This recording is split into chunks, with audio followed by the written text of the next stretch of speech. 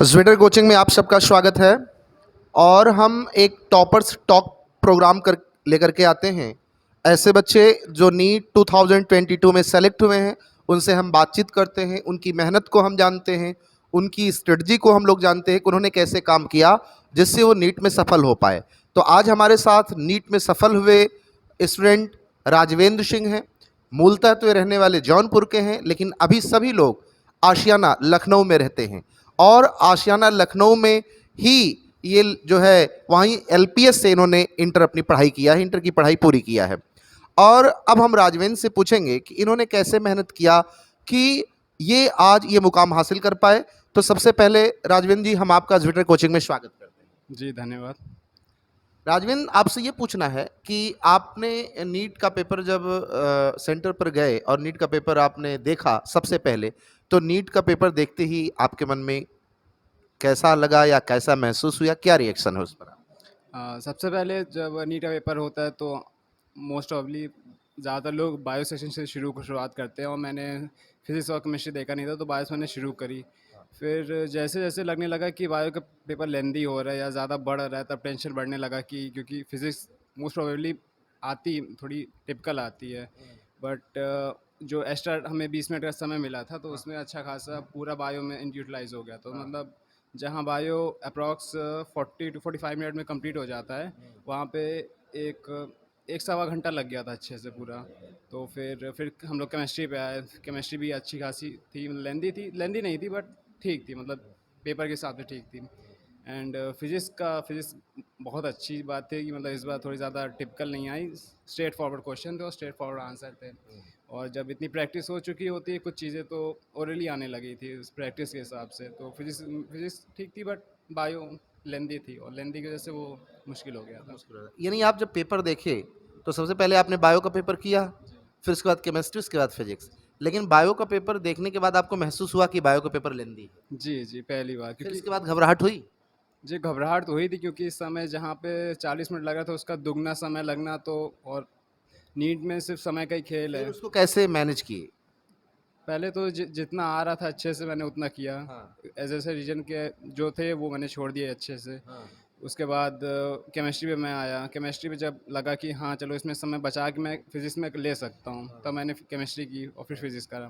फिर जितने क्वेश्चन रह गए फिर शुरुआत से मैंने बायो पे अटेम्प्ट आया मतलब शुरू किया। सब मिला के आपका कहने का मतलब है कि पेपर को आपने 2 बार में अटेम्प्ट किया। जी 2 बार समय लग गया था अच्छे से। देखिए, मैं आप लोगों से हमेशा ये कहता हूँ कि जितने अच्छे बच्चे हैं, आप देख लीजिए, कई सारे बच्चे आपके सामने आ चुके हैं। तो सभी बच्चों ने कहा कि पेपर हमने 2 बार में किया। और सबसे बड़ी बात पता है क्या है नीट एग्ज़ाम की? जब आप एग्ज़ाम देने जा रहे हों और आपको कोई पेपर आप कोई सब्जेक्ट पेपर करना चालू करें, तो सबसे पहले आपको ये पता हो जाना चाहिए कि पेपर लेंदी है या नहीं है। ये तो मुझे लगता है जिस बच्चे की प्रैक्टिस होगी वही जान पाएगा पेपर कैसा आया है। जी बिल्कुल। तो पेपर को देखने के बाद मेरा इनसे जो पूछने का मतलब ये था कि पेपर कैसा है, उसके पीछे का मेरा यही रीज़न था कि आप पेपर जब देखे, आपको लेंदी महसूस हुआ, तो आप इसको समझिए, जानिए कि पेपर किस लेवल का आया है। अगर इसको आप जान जाएँगे, तो फिर आपसे पेपर मैनेज हो जाएगा। लेकिन अगर इसको आप नहीं जान पाएँगे, तो फिर पेपर मैनेज नहीं हो पाएगा। चलिए ठीक है।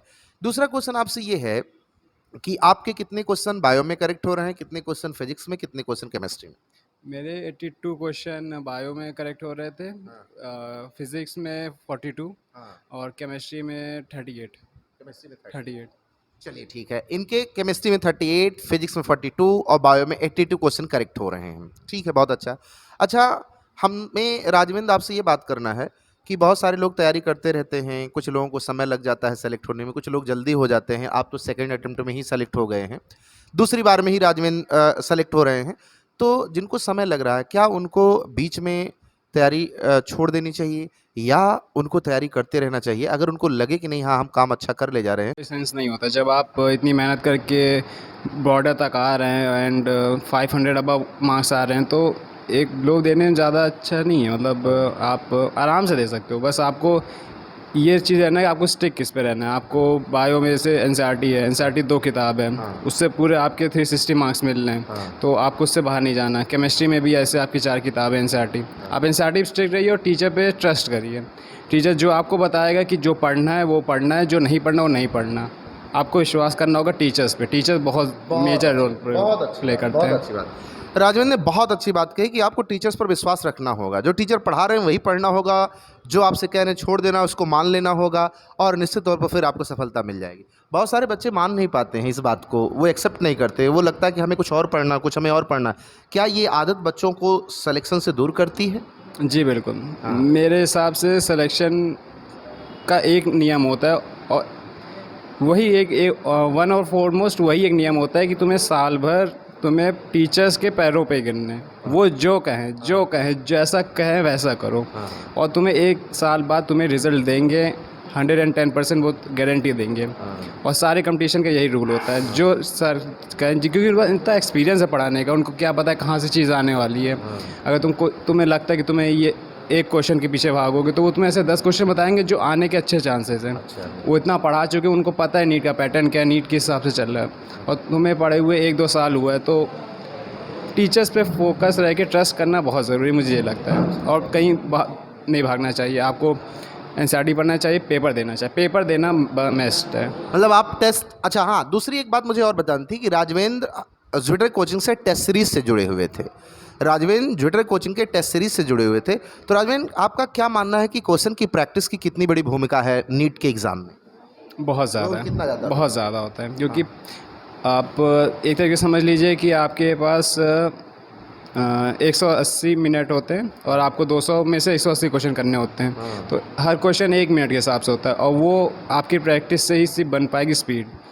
और अगर आप क्वेश्चन नहीं कर रहे हो तो आप बहुत ज़्यादा मतलब गलत डायरेक्शन में आप जा रहे हो, क्योंकि आपके प्रैक्टिस ही मेन है। फिज़िक्स में आपको प्रैक्टिस होनी चाहिए। अब जैसे मेरे लिए था फिज़िक्स, मुझे कुछ क्वेश्चन ओरली आने लगे थे, इतनी प्रैक्टिस हुई थी। मतलब मैं यहाँ पे सब्जेक्ट वाइज पेपर भी दे रहा था, फुल लेंथ भी दे रहा था, तो कुछ क्वेश्चन थे आपको एकदम ओरली याद हो जाते हैं और आपको क्वेश्चन पढ़ते हो, ऑप्शन देखते हो, आपको सही आंसर दिखता है। अब जब आप उसमें समय बचा हुआ, जैसे अगर 5-6 क्वेश्चन भी आते हैं तो आप समय बचा के बहुत आपको आगे बढ़ सकते हो। बहुत अच्छा। राजवेंद्र ये कह रहे हैं कि आपको इस चीज़ का ध्यान रखना होगा कि आपकी क्वेश्चन की प्रैक्टिस बहुत ज़्यादा होनी चाहिए, और हम लोग एक कंबाइंड टेस्ट सीरीज़ तो चलाते ही चलाते हैं, यूनिट वाइज भी टेस्ट सीरीज चलाते हैं। इन्होंने सारे पेपर को दिया था, मुझे लगता है कि जितना टेस्ट हुआ था सब आपने दिया था, कुछ छोड़ा नहीं था। जी नहीं जी, मैं जानता था कि क्वेश्चन इंपॉर्टेंट है, मुझे प्रैक्टिस करनी, तो मुझे सारे पेपर देने ही पड़ेंगे। क्वेश्चन प्रैक्टिस बहुत मेन बात है। और देखिए, मैं आप लोगों से यही कहूँगा, बच्चे जो बताते हैं, जो सेलेक्ट होते हैं, उनका भी अपना एक अनुभव हो जाता है। इन्होंने क्या कहा, सब अगर आप एक एक बात को इनको सोचेंगे तो उन्होंने ये कहा कि हम पेपर जब दे रहे थे तो कुछ फिज़िक्स के क्वेश्चन मुझे ओरली आने लगे थे। तो जब ये कंडीशन आप बना लेंगे अपने आप को कि आप देखते ही पेपर बिना पेन उठाए आप पेपर को कुछ क्वेश्चन सॉल्व कर लेंगे, तो फिर आप ये समझिए कि आप सिलेक्शन लायक हो गए और सिलेक्शन आपका होगा। और दूसरी बात इन्होंने बताया कि अगर आपको ये लगता है कि नहीं, आपको आपके नंबर 500 प्लस आ रहे हैं, आप जो है मेहनत कर ले जाओगे, आप मेहनत करो, तो आपको दूसरी तरफ नहीं जाना चाहिए, आपको तैयारी करना ही चाहिए, और तैयारी करोगे तो आप सफलता ज़रूर मिलेगी। एक मेरा आपसे एक और क्वेश्चन है कि बहुत सारे बच्चे आते हैं, तैयारी करते हैं, तो वो कुछ निगेटिव बच्चों के संगत में आ जाते हैं, उससे वो कैसे अपने आप को दूर करें? तो नेगेटिव इन द सेंस कि बहुत सारे बच्चे कहते हैं यार ऐसे नहीं हो पाएगा, बहुत टफ है, कैसे क्या करें, और फिर यार इतने नंबर आने से क्या होगा, वहाँ इतना नंबर है। नेगेटिव मेरा कहने से ये मतलब जी, तो सबसे मेन होता है इन सब लोगों से तो दूर बनाना है आपको, और उसके लिए सबसे मेजर चीज़ होता है अपने आप को बिज़ी रखो। आप अपने आप को बिज़ी रखोगे तो इन सब चीज़ों से आप ऑलमोस्ट मतलब दूर रहोगे। जब आप क्वेश्चंस करो, टीचर से डाउट पूछो, तो जैसे जैसे आपकी रैंक सुधरेगी, जब मार्क्स आने लगेंगे तो अच्छे लोग भी आपके पास आने लगेंगे। वरना आप ध्यान नहीं देंगे, आपको लगेगा कि ये चीज़ पता नहीं सर सही पढ़ा रहे हैं, क्योंकि निगेटिव देखिए कंपटीशन में सिलेक्शन देखा जाए तो सिर्फ 4 से 5% लोगों का होता है, और जो 80-90% होते हैं वो सब भीड़ बढ़ाते हैं। वो तो आप लोग को डिमोटिवेट करने के लिए होते हैं। बस आपको अपने आप को उस भीड़ से अलग करके उस 10% पे फोकस करना है, तभी आप अलग निकलोगे भी। और जब रिज़ल्ट रहेगा तो आपके हाथ में, तब वो लोग खुद आपकी रिस्पेक्ट करेंगे। बहुत अच्छा कहा। और जो है इन्होंने, राजवेंद्र ने कहा कि आपको हर हालत में अपने आप को निगेटिव लोगों से बचाना होगा कि कैसे भी हम उनसे दूर रह पाएँ, और उसके लिए सबसे बड़ा माध्यम ये है कि आप अपने आप को बिजी रखिए।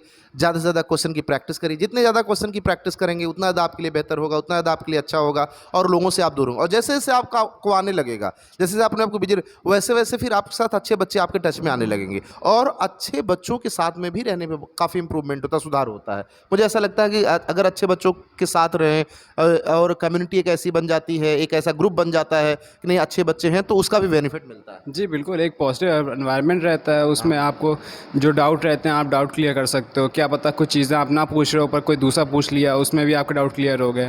तो मतलब मोर ओवर बहुत बेनिफिट होता है, बहुत ज़्यादा बेनिफिट होता है। आप अगर ग्रुप अच्छे लोगों में ग्रुप डिस्कशन कर रहे हो, तो बहुत चीज़ अच्छी रहती है, क्योंकि जो टीचर नहीं कभी समझा पाता, वो लोग आप 3-4 लोग में अपने डिस्कस कर लेते हैं। कर लेते हो, आसानी से हाँ। क्लियर हो जाती है। बहुत अच्छा, इन्होंने कहा ग्रुप स्टडी करना बहुत ज़रूरी होता है, ये बहुत अच्छा होता है एकदम।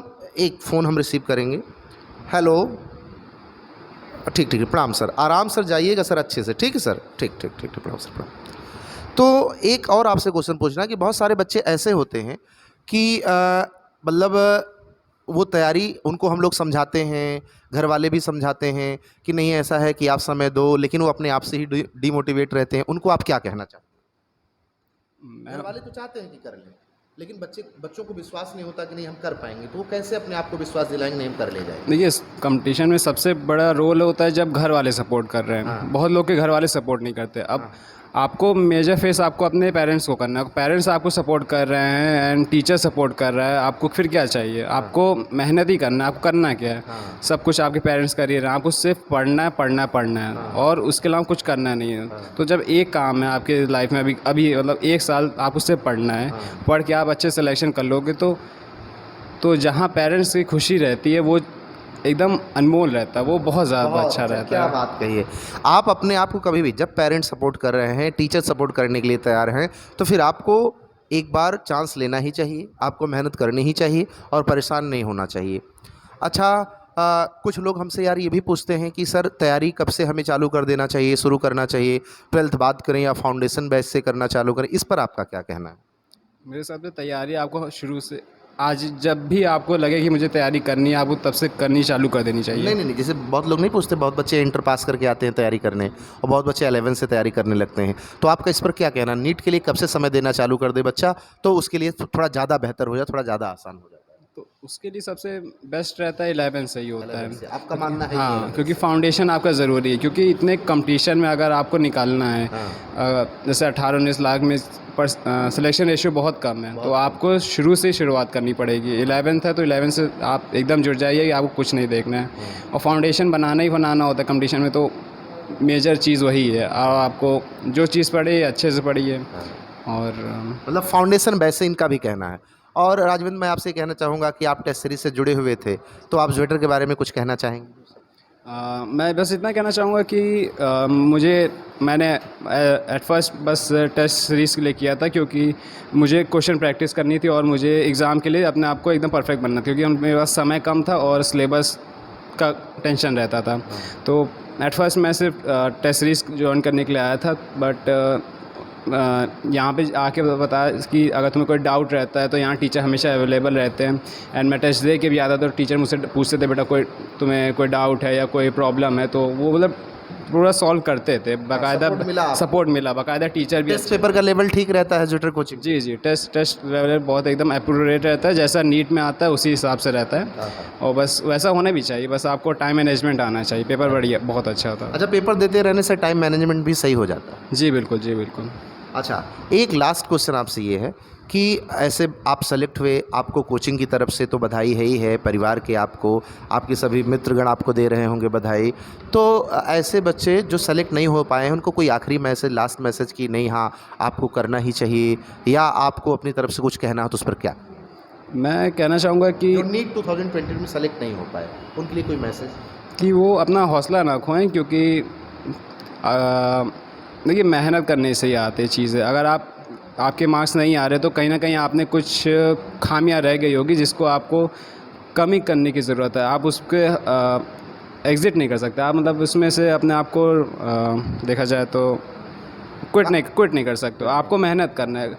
आपको अगर 15-20 मार्क्स कम आ रहे हैं तो आप जानते हो आप अच्छा कर सकते हो, बस इस जस्ट कभी कभी लक का भी फैक्टर होता है, तो आप उस चीज़ को अपना बेस मत बनाइए कि शायद मेरा सिलेक्शन नहीं हुआ। आपको मेहनत करनी चाहिए और पेपर देते रहने चाहिए। देखिए कितनी अच्छी बात बताए, आप अपना हौसला मत खोइए। सबसे बड़ी बात, अपना पेशेंस, अपना हौसला रखिए।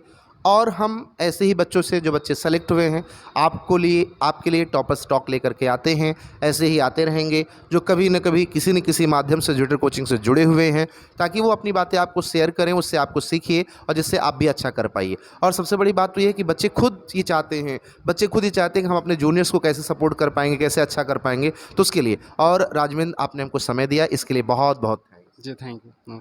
ठीक है, थैंक यू।